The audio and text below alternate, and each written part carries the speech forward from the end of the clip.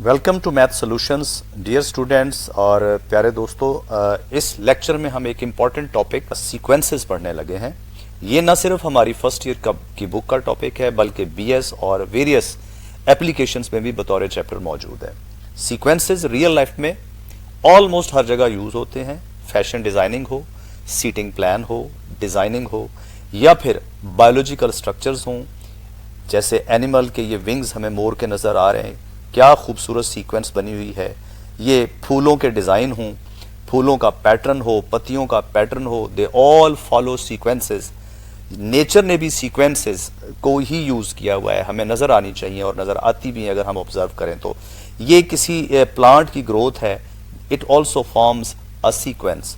उसके बाद ये रियल लाइफ में बायोलॉजिकल साइंसेस में बैक्टीरिया का फैलना, ये आर्ली रीडिंग की जाए या 20 मिनट्स के गैप पे रीडिंग की जाए, या डीएनए की रेप्लिकेशन हो, या फिर इन्फेक्शंस का एपिडेमिक्स का फैलना हो, या फिर बाउंसिंग बॉल की जो हाइट के अटेंड हो एवरी बाउंस के बाद, ये इस तरह की सारी applications they are modelled by sequences. Further banking and finance में सीक्वेंसेस बहुत ज़्यादा यूज़ होती हैं, स्पेशली प्रॉफिट लॉस और कंपाउंड इंटरेस्ट में यूज़ होती हैं। तो ये टॉपिक इतना इंपॉर्टेंट है, इसलिए इसका पढ़ना समझना एप्लीकेशंस के लिए बहुत ज़रूरी है। सीक्वेंस क्या होती है, आइए शुरू करते हैं। सीक्वेंस एक लेमैन की हैसियत से अगर सोचा जाए तो जनरली ये एक ऑर्डर्ड लिस्ट ऑफ ऑब्जेक्ट्स होती हैं, जिसमें शेप्स भी हो सकती हैं, नंबर्स भी हो सकते हैं, लेटर्स भी हो सकते हैं, under some certain logical rule. जिन चीज़ों को हम अरेंज करते हैं, जैसे कि नंबर 1 में book, pen, bag, copy, ink. अब इसमें लॉजिक बन रही है कि ये स्टेशनरी आइटम्स हैं, ये रैंडमली नंबर्स चूज किए हैं, -12, √2, 16। ये एक सीक्वेंस है, ऑर्डर्ड लिस्ट। जिन ऑब्जेक्ट्स को हमने यहाँ पे अरेंज दिया है, ये इस सीक्वेंस में होने की वजह से कहलाती हैं terms of the sequence.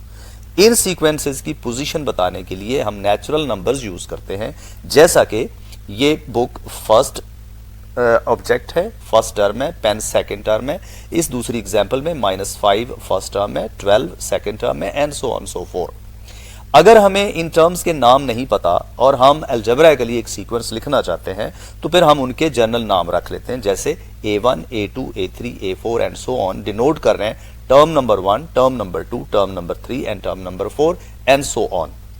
Normally nth term को, जनरल टर्म को हम an से डिनोट करते हैं सीक्वेंस के लिए, a और a ऑफ n भी लिखते हैं, a सबस्क्रिप्ट में भी n डाल के लिख लेते हैं। तो ये जनरल टर्म के लिए सिंबल यूज करते हैं। पूरी सीक्वेंस को लिखना हो तो इसी an को हम ब्रैकेट में, करली ब्रैकेट्स में एनक्लोज कर देते हैं, या फिर टर्म्स की लिस्ट बना देते हैं, जैसे कि ये लिस्ट बनी हुई है।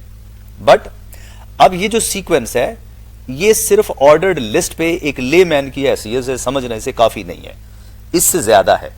हमें सीक्वेंस को समझना है properly mathematics point of view से। मैथमेटिकल पॉइंट ऑफ व्यू से हम स्टार्ट करते हैं एक ऑर्डर्ड लिस्ट। एक ऑर्डर्ड लिस्ट बनाने के लिए दो तरीके इस्तेमाल हो सकते हैं।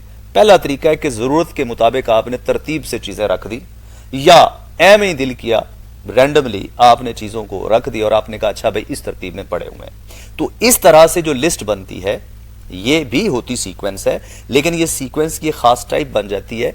दूसरा तरीका है लॉजिकल रूल, यानी उसके पीछे कोई लॉजिकल मेथड, वो मैथमेटिकल हो सकता है, वो लॉजिकल स्टेटमेंट हो सकता है, बाकायदा मीनिंगफुल रूल हो सकता है। पहली टाइप जो है, जो नीड बेस है कि आपने मर्जी से रख दिया जिसका दिल चाहा, उसको हम परम्यूटेशन कहते हैं। ये नेक्स्ट चैप्टर में, नेक्स्ट टॉपिक में आप पढ़ेंगे परम्यूटेशंस क्या होते हैं। इसमें कोई रूल, कोई लॉ या नहीं होता, ये नीड बेस्ड होते हैं, ऑर्डर बदल बदल के। लेकिन यहां पे जो रूल बेस्ड होती हैं, उन ऑर्डर्ड लिस्ट को हम प्रैक्टिकली सीक्वेंसेस के नाम से याद रखते हैं। तो ऑर्डर्ड लिस्ट में अगर रूल नहीं है तो that is just a permutation, और अगर रूल है तो वो एक सीक्वेंस है। आगे बढ़ते हैं। हमारा टारगेट सिर्फ सीक्वेंस पढ़ना नहीं, बल्कि एक्चुअल केस ये है कि हम सीक्वेंस ऑफ नंबर्स पढ़ने जा रहे हैं। So we need mathematical definition of a sequence. Sequence mathematically क्या है?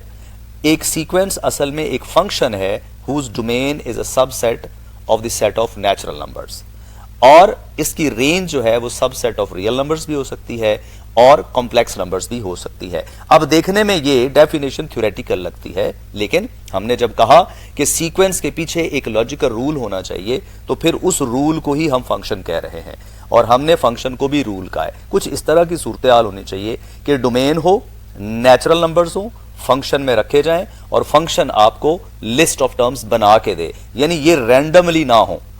अगर वो किसी रूल के तहत आप लिस्ट बना रहे हैं तो दैट बिकम्स अ सीक्वेंस। जैसे आप इसमें फंक्शन में natural numbers 1 2 3 4 and so on n put करें तो वो उससे टर्म्स बनाए, 1 का ताल्लुक A1 से हो, 2 का ताल्लुक A2 से हो, 3 का ताल्लुक A3 से हो, 4 का रिलेशन A4 से हो और n का रिलेशन AN से हो। अगर तो मामला यहां पे खत्म हो गया, यहां पे आप रुक गए, तो ऐसी सीक्वेंस का नाम हो गया फाइनाइट सीक्वेंस, यानी नंबर ऑफ टर्म्स फर्स्ट और लास्ट आप बता सकें तो ये फाइनाइट सीक्वेंस है। लेकिन अगर ये आउटपुट्स इनपुट्स का सिलसिला इन्फिनिटी तक चलता रहे तो ऐसी सीक्वेंस को हम इनफाइनाइट सीक्वेंस कहते हैं। नेक्स्ट इशू है कि सीक्वेंस को पहचानना कैसे। सीक्वेंस की डोमेन बैक ऑफ माइंड रख लें, अंडरस्टूड है कि नेचुरल नंबर्स लगाने हैं, ये तो तय हो गया कि लगाने ही नेचुरल नंबर्स हैं, तो फिर इंपॉर्टेंस किसकी हो गई? इंपॉर्टेंस हो गई फंक्शन की या फिर लिस्ट ऑफ टर्म्स की जो उसने आंसर बनाए। इस तरह से हमें इन नंबर्स को देख के ये तय करने में आसानी होती है कि जो आपके पास लिस्ट ऑफ टर्म्स बनी है, अगर ये सब रियल नंबर्स हैं तो this is called a real sequence, और अगर इनमें कोई एक आध एटलीस्ट वन इमेजिनरी नंबर है तो sequence is called a complex sequence. Next important issue है कि इस सीक्वेंस को हमने प्रेजेंट कैसे करना है। मेथड्स हैं टोटल 3। पहला मेथड क्या है कि a sequence is described either by few specific terms, जैसा कि ये स्पेसिफिक टर्म्स कौन सी होती है, एग्जांपल से बता रहा हूं कि ये पहली 4 टर्म्स लिख दी, यहां पे 2 5 8 11 एंड सो ऑन। ये 4 टर्म्स देख के हम इसको आगे बढ़ा सकते हैं, जो पैटर्न नजर आ रहा है 3 1 1 by 3 1 by 9, इसको देख के पैटर्न आगे बढ़ा सकते हैं, और इनसे हम ये भी प्रेडिक्ट कर सकते हैं कि जनरल टर्म क्या होगी।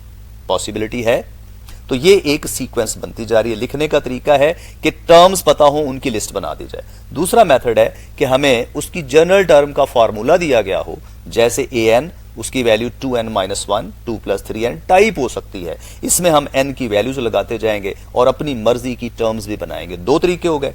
तीसरा मेथड है, उसे हम रिकर्शन फार्मूला या रिकर्सिव फार्मूला कहते हैं। इस फार्मूले में क्या होता है कि एक specific term normally first term दे दी जाती है और बाकी हर आने वाली टर्म का पिछली टर्म से रिलेशन बताया जाता है। इसे रिकर्सिव फार्मूला कहते हैं।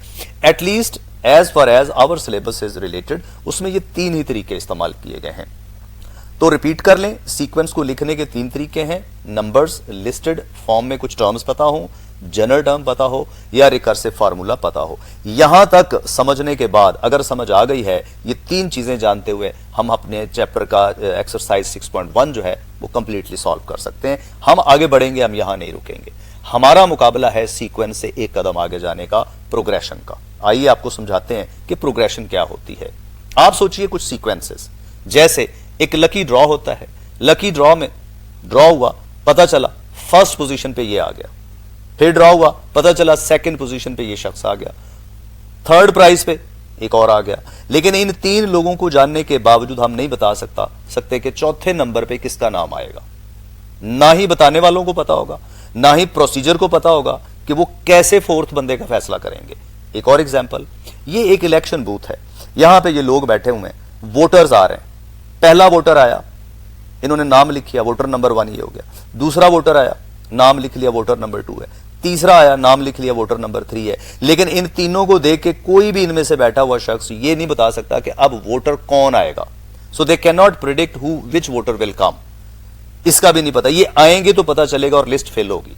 एक और आगे देखिए, ये लिस्ट ऑफ प्राइम नंबर्स है। ये मैथ पढ़ने वाले बच्चों को, स्टूडेंट्स को, टीचर्स को, हम दोस्तों को सब पता है। 2 3 5 7 11 हमें पता है इसके बाद कौन सा आएगा, 13 आएगा, इसके बाद कौन सा आएगा, 17 आएगा। गुड, इसमें कम से कम हम ये बता पा रहे हैं कि इसके बाद कौन आएगा। इनमें तो ये भी नहीं बता पा रहे हैं। ये टोटली रैंडम प्रोसेसेस है और ये थोड़ा सा डिटर्मिनिस्टिक है, कम से कम नेक्स्ट बताई जा सकते हैं। एक और देखिए, ये है list of positive even numbers in ascending order. 2 4 6 8 10, पहला 2 है, दूसरा 4 है, तीसरा 6 है, चौथा 8 है और पांचवा 10 है। आप 4 इन एग्जाम्पल्स को देखिए, 1 सेकंड के लिए होल्ड करते हैं। आपके लिए एक टेस्ट है, कमेंट सेक्शन में बताइएगा कि इन चारों में से कितनी सीक्वेंसेस को सिर्फ सीक्वेंसेस कहना है और कितनी को प्रोग्रेशंस कहना है। इनमें प्रोग्रेशंस भी हैं, इनमें सीक्वेंसेस भी हैं। सिर्फ सीक्वेंसेस जो प्रोग्रेशन नहीं कहला सकती। तो देखते हैं कमेंट सेक्शन में आप में से कौन ठीक ठीक बताता है। मैं आंसर बताने लगा हूं तो आपने ऑनेस्टली बताना है, कमेंट करना है किसका आंसर ठीक था। तो देखते हैं जी, इनमें से ये जो 3 पहली हैं, इनमें कोई रूल ऐसा नहीं है जिससे आप प्रिडिक्ट कर सकें कि किसी भी जनरल पोजीशन पे कौन सी टर्म आएगी। मसलन प्राइम नंबर में हमें नेक्स्ट का पता चल सकता है, लेकिन हम इनको देख के ये नहीं बता सकते कि 50वां प्राइम नंबर क्या बनाएगा। वो 50वां बताने के लिए हमें 49वां, 47वां, 48वां पता होना चाहिए। तो जनरल रूल नहीं है, बट इसमें आप किसी भी पोजीशन का बता सकते हैं कि कौन सा नंबर आने वाला है। जैसे कि आपको अगर 50th चाहिए तो 2 इंटू 50 करेंगे तो 100 आएगा। अगर आपको 30th चाहिए तो 2 इंटू 30 60th आएगा। तो ये एक जो सीक्वेंस एंड पे दी गई है ये प्रोग्रेशन कहलाएगी। सीक्वेंसेस चारों हैं लेकिन प्रोग्रेशन एक है। प्रोग्रेशन का मतलब जिसका एक स्पेसिफिक रूल होता है। A progression is a special type of sequence whose every term can be found by a predictive deterministic formula। एक ऐसा फार्मूला जो डिटरमिन कर सकता है कि कौन सी टर्म कहां पे आएगी, डायरेक्ट कैलकुलेट कर सकता है। अब यहां पे अहम बात क्या हुई, every progression is a sequence but a sequence may not be a progression. हर सीक्वेंस प्रोग्रेशन नहीं होती, लेकिन हर प्रोग्रेशन सीक्वेंस होती है। अब हम आने वाले दिनों में पढ़ प्रोग्रेशंस रहे होंगे, उन्हें सीक्वेंस भी कहेंगे, कोई बात नहीं, लेकिन सीक्वेंसेस को हम प्रोग्रेशन कहते हुए ध्यान रखेंगे क्या कोई रूल, प्रिडिक्टिव रूल एग्जिस्ट करता है। अब टाइप्स ऑफ प्रोग्रेशंस क्या है? ये types of progressions actually depend करती हैं, जितनी भी न्यूमेरिकल सीक्वेंसेस हैं नंबर्स की, ये डिपेंड करती हैं कि हमने कौन सा मैथमेटिकल ऑपरेशन यूज किया है जिसके तहत उसकी टर्म्स बनाई गई हैं। उसकी बेस पे इनकी टाइप्स का डिसीजन होता है। हमारे सिलेबस में 4 न्यूमेरिकल प्रोग्रेशंस हैं जो पढ़नी है। एक है अरिथमेटिक प्रोग्रेशन, ज्योमेट्रिक प्रोग्रेशन, फिर अरिथमेटिको ज्योमेट्रिक प्रोग्रेशन और एंड पे हार्मोनिक प्रोग्रेशन। हमारा आने वाला लेक्चर जो है वो डील करेगा अरिथमेटिक प्रोग्रेशन को। इसके बारे में A to Z स्टडी करेंगे, then we will go to the exercise. आप हमारे साथ रहिए। इस लेक्चर के थ्रू आपको इंट्रोडक्शन मिल गया है, सीक्वेंस क्या होती है, प्रोग्रेशन क्या होती है, लिस्ट में और सीक्वेंस में क्या फर्क है, सीक्वेंस से प्रोग्रेशन कब बनती है, और प्रोग्रेशन की टाइप्स किस पे बेस करती हैं, टोटल कितनी प्रोग्रेशंस हैं, और हमने किस ऑर्डर से आगे बढ़ना है। Hopefully this lecture will be a good increment, will be a valuable increment in your knowledge. तो काइंडली इसको आप शेयर कीजिए, दोस्तों को बताइए, और आपके कमेंट्स हों, सजेशंस हों, डोंट हेजिटेट। वो आपकी बेटरमेंट के लिए, मेरी बेटरमेंट के लिए और कंटेंट्स की बेटरमेंट के लिए बहुत इंपॉर्टेंट है। Thank you very much. Wish you best of luck, stay blessed.